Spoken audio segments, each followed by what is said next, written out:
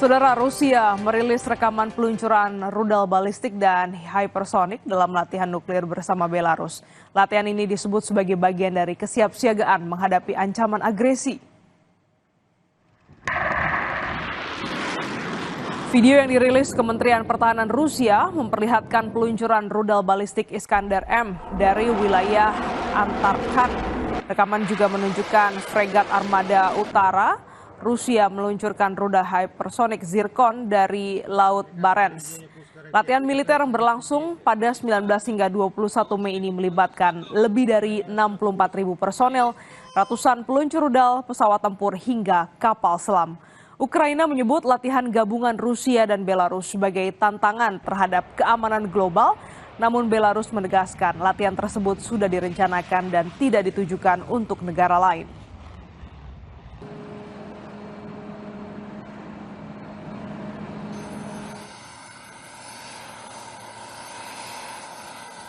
Angkatan bersenjata Rusia menggelar latihan gabungan kekuatan nuklir di Belarus selama 3 hari.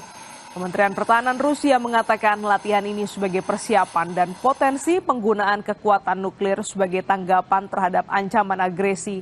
Latihan mencakup latihan gabungan dan penempatan operasional senjata nuklir di wilayah Belarus. Lebih dari 64.000 personel dan lebih dari 7.800 senjata, serta peralatan khusus termasuk peluncur rudal, pesawat, kapal, dan kapal selam dikerahkan dalam latihan ini.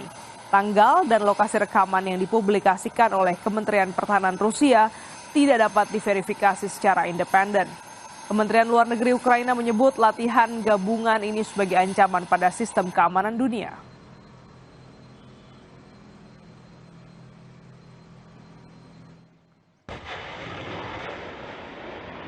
Tak hanya Rusia, militer Amerika Serikat sebelumnya juga melakukan uji tembak 12 roket dari peluncur bergerak di lapangan tembak kaki Gunung Fuji, Jepang pada Rabu waktu setempat. Amerika mengatakan sistem HIMARS digunakan dalam serangan pembuka terhadap Iran. Sistem ini meluncurkan roket berpemandu presisi baru yang dapat mencapai target sejauh ratusan mil.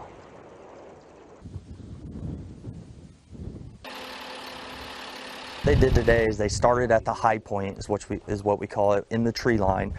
They maneuvered out to a firing point. They try to stay out here as little time as possible to remain as least detectable as possible.